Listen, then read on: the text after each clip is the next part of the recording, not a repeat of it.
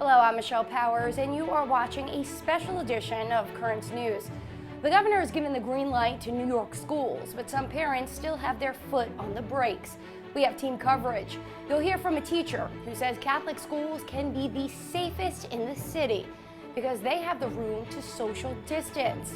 And a chance to talk to a doctor. Hear why he believes not going to school could be the real health crisis. And Kamala Harris, she's the VP pick and a historic first. But how do her political beliefs stack up with the so-called Catholic vote? And pack your bags. Our special travel series continues to roam around the Eternal City, this time statues with a voice. They've been chatting for centuries. The news starts right now.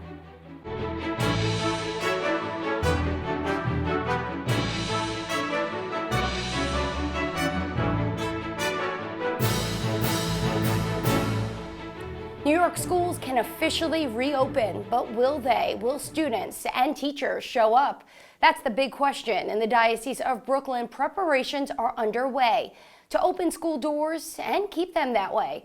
Currents News' Jessica Easthope has this story from Beirut, Brooklyn. To safely reopen and be together in school. We have the space. Brendan Maloney is an 8th grade teacher at St. Patrick's Catholic Academy in Bay Ridge. He can't wait to get his students back in the classroom. This building was built to fit 60 students a class, 2 classes a grade, and we have about 15 to 20 students in each class, so we're able to safely social distance and stay 6 feet apart. Governor Andrew Cuomo announced this weekend New York's infection rate is low enough to give schools the green light to reopen. Our schools are facing unprecedented challenges. They must now not only educate our students, they also have to keep them safe from this deadly virus. But how schools reopen will be left up to each school district and parents. They have real issues and real concerns, and there has to be a dialogue and has to be a discussion. Several school districts have sent in plans. Several school districts have updated their plans. St. Patrick's has already made its plan public. Certain staircases that'll only be ones that you walk up and not down, so there aren't students passing each other in the stairwell. Teachers will wear face shields. Students will wear masks at all times. But it won't be easy for every school in the Brooklyn Diocese to go back as COVID-19 poses a greater threat in some neighborhoods. Right now, schools are hoping for the best, but preparing for the worst. Let's plan for full reopening, and if we have to kick it down a notch to hybrid, I think that's acceptable. According to a new poll that surveyed more than 500 teachers, 82% were concerned about returning to in-person learning. Brendan says he does fear for his health. We're going to do our best and, socially distance and wear our masks and wear our face shields.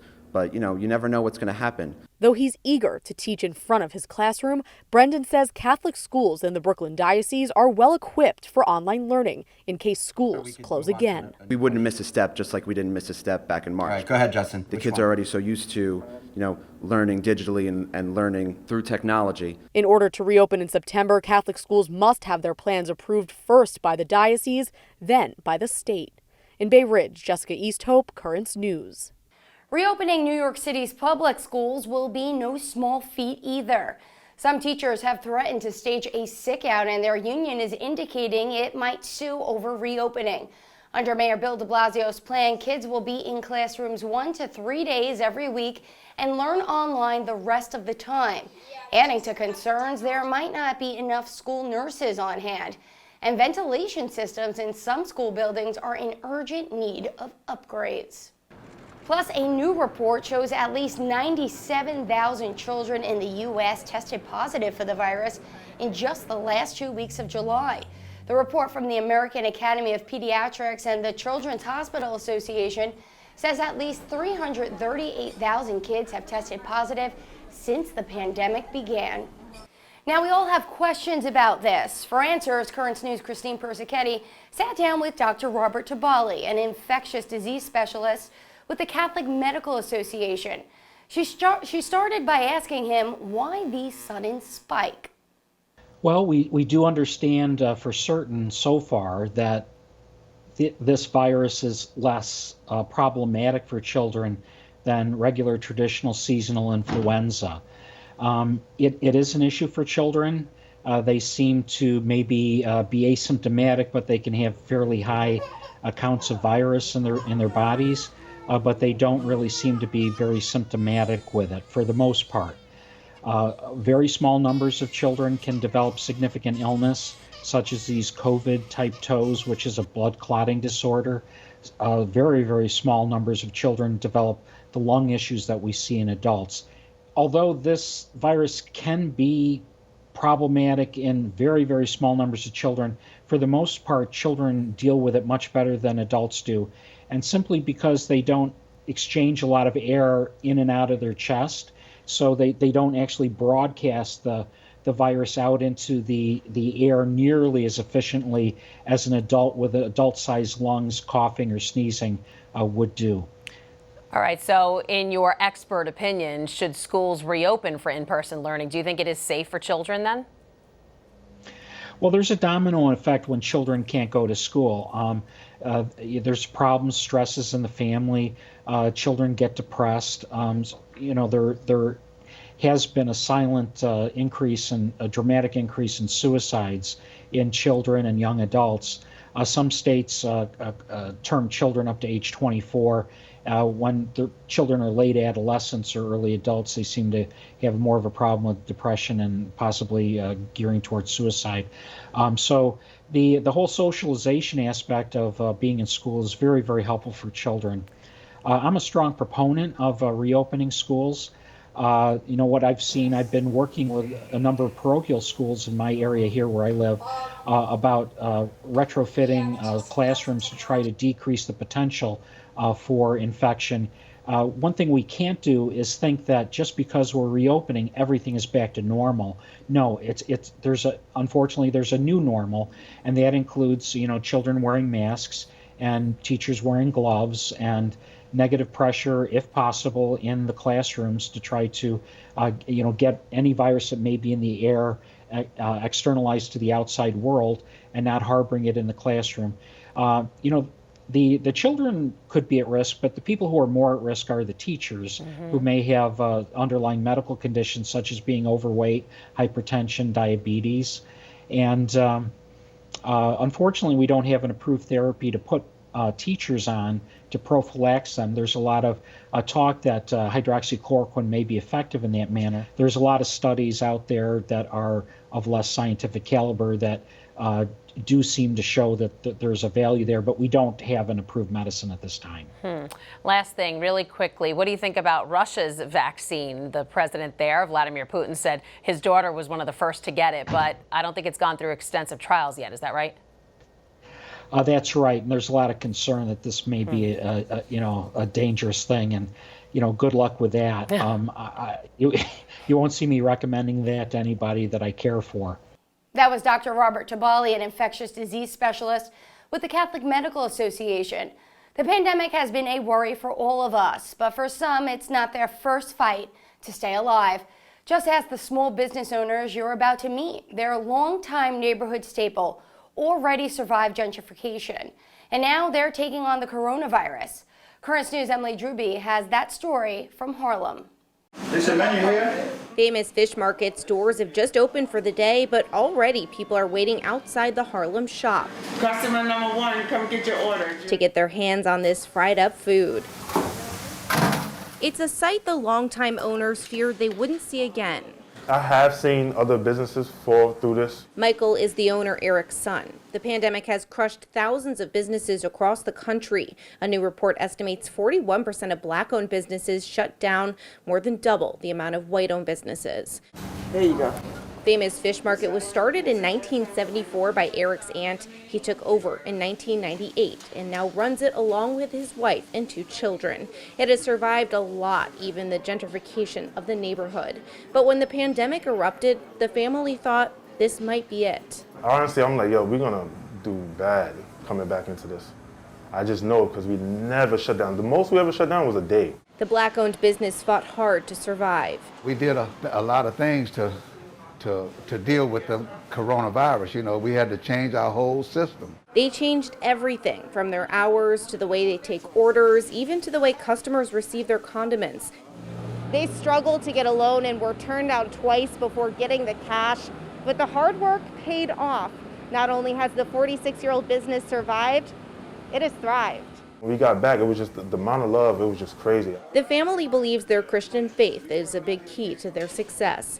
There's a higher power in that, you know, our blessings come from there. As long as you do right, you put out the right energy, you know, good things come back in return. And there's also this special family recipe. It's like the Krabby Patty formula and SpongeBob, so that's how we that's how we reference it. There's no other taste like it, and that's really what keeps people coming back. But there's another ingredient that makes this place special.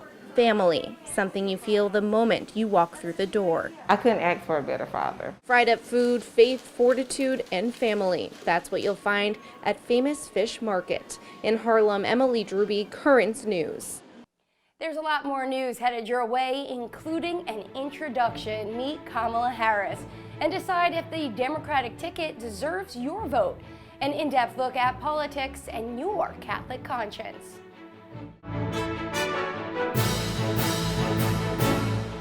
So who exactly is Kamala Harris? Currents News' Christine Persichetti tells us she has a unique background when it comes to ethnicity and religion.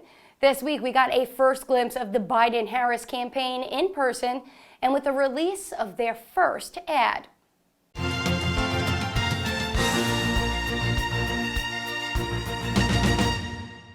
You ready to go to work? Oh my God, I'm so ready to go to work. And go to work she will, hoping to become the nation's first female, first Black, and first Asian American vice president. Growing up, whenever I got upset about something, my mother would look me in the eye and ask, "So what are you gonna do about it?" Senator Kamala Harris's mother was born in India, her father born in Jamaica. So growing up, she was exposed to many of the world's religions. The 55-year-old was raised on Hinduism and Christianity. She now considers herself a Black Baptist. Her husband is Jewish. But while she could be second in command to the second Catholic U.S. president, He's a man of faith, decency, and character. she'll have to fight for the support of some Catholic voters. Harris is a staunch supporter of legal protection for abortion and has pushed Biden on that issue. As California Attorney General, Harris was criticized by the state Catholic Conference for sponsoring a bill forcing pro-life pregnancy centers to advertise abortion services to their clients. That law was overturned by the Supreme Court. In 2016, she was elected to the U.S. Senate, where she rose in prominence for her grilling of President Trump's Supreme Court nominees. Can you think of any laws that give the government the power to make decisions about the male body? She also raised questions about whether a federal judge candidate could be fair, since he was a member of the Knights of Columbus, which she called an all-male society that opposes a woman's right to choose and marriage equality. Her early career included a stint as district attorney in San Francisco. As attorney general, she took on the big banks during the foreclosure crisis. Now she's making history, just the third woman to appear in the VP slot for a major party ticket, a role model for little girls who were often brought by their parents to her campaign events to see a biracial woman vying for the nation's top job. When I see those little girls in particular, I see myself, right? And I see the children of my family, and I see the children of our country. Christine Persichetti, Currents News. Joining us now to talk more about the presumptive Democratic ticket is St. John's political science professor Brian Brown. Currents News' Christine Persichetti asked him what he thinks of the former rivals, now a team. I think Kamala Harris is a safe, strategic, and frankly not a big surprise that she was chosen. It's a historical choice. It's an inspirational story given her background, but it's a long way to Election Day. That's for sure. And Biden and Harris at one point were former rivals. Let's take a quick look at a clip from one of their debates last August. You can't beat President Trump with double talk on this plan. Unfortunately, Vice President Biden, you're just simply inaccurate. For a Democrat to be running for president with a plan that does not cover everyone, I think is without excuse. So what do you make of this change in their relationship? all is fair in politics. So I think that is water under the bridge when it comes to the Biden-Harris relationship. All right, now when it comes to Catholic issues, Senator Harris is a supporter of legal protection for abortion. She's also taken issue with the Knights of Columbus, calling the Catholic charitable organization an all-male society. As we all know, Joe Biden is Catholic. So what do you think all of this means for the Catholic vote? Her issue with the Knights of Columbus, I found it a little troublesome because it was either poor staff work or a simple Google search would have resolved any mystery around the Knights of Columbus and where they stand on Catholic issues. They're aligned with the Catholic Church. I think it was unfortunate because the Knights of Columbus, as we all know, do wonderful work and charitable efforts in the community and throughout the world. So I think that was a misstep that you should probably work to correct. But the vice president, we vote for the people at the top of the ticket. It's a historic choice, no doubt, but it's a footnote in history until she's at the top of the ticket, which is very likely someday. All right, now what can Harris do to help Biden win? Clearly, she helps with the gender gap, the diversity gap. I think there are some progressive voters who might have been on the sideline up until now who can get behind Kamala Harris as part of the ticket. The real question for me is going to be, her presidential ambitions are no secret. If elected, Joe Biden is going to be the oldest person to assume the presidency of the United States. So the chatter is almost going to start immediately about Kamala Harris in 2024. So I think that's going to be a challenge or an interesting challenge for Biden to manage and what kind of relationship they develop. Biden has experience. He's been the vice president. He knows what he's looking for. Kamala Harris may have to adjust along the way. That was Brian Brown, political analyst from St. John's University. Now for an update from Lebanon.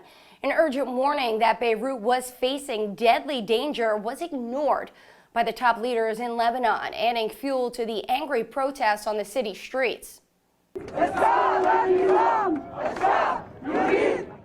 Lebanese security officials told the country's prime minister and president only days before the explosion that a massive stockpile of high explosives at the city's port could ignite and destroy the city.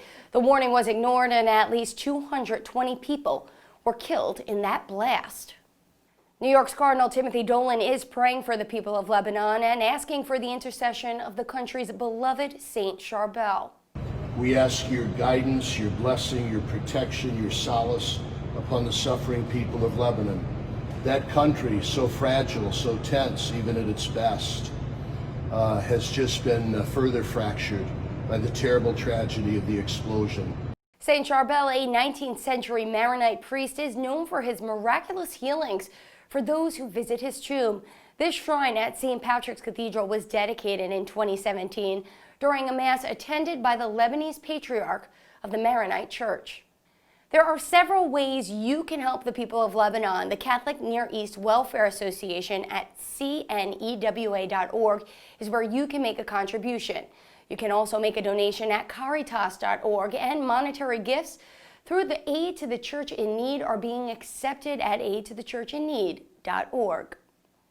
And in Brooklyn, on Tuesday, August 25th at 7 o'clock, Our Lady of Lebanon Maronite Cathedral is holding a prayer service and a collection.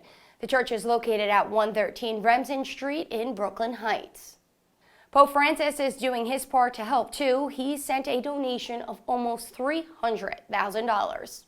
Chiedo ai vescovi, ai sacerdoti e ai religiosi del Libano che stiano vicini al popolo e che vivano con uno stile di vita improntato alla povertà evangelica, senza lusso, perché il vostro popolo soffre e soffre tanto. The Pope is asking anyone that can make a donation to do so. And a quick update on Francis's predecessor, Benedict XVI, is on the road to recovery, according to his personal secretary. Archbishop Georg Ganswein told a German newspaper that the retired Pope's illness, a bacterial infection of the skin, is subsiding and his medication has been reduced. Archbishop Ganswein says Benedict's condition is painful, but it is not life-threatening. Coming up, a chance to get away without the airport hassle. Sit back, relax, and see Rome. We're going when we get back.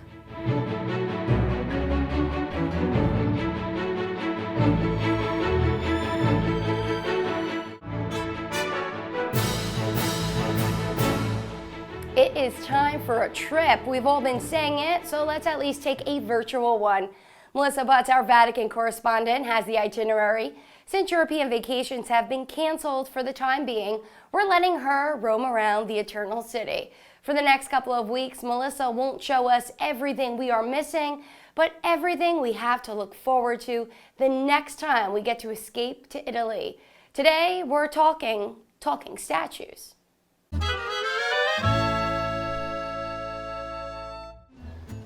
This statue is one of 6 in Rome known for speaking, a form of political dissent where written commentary criticizing political and religious leaders are posted right by the statue. It all started 500 years ago with this Pasquino, known as the first talking statue in Rome. The chatter began in 1501 when Cardinal Carafa, who owned the building attached to this sculpture, organized a literary competition. It quickly backfired when Romans started posting criticisms of the Curia and even the Pope himself. We had also other popes, for example, the popes who lasted for too many years, according to the Romans. Then the prayers hang up on the Pasquino statues were, let's hope Holy Spirit to have a pope that loves us, that fears God, but that doesn't last so long.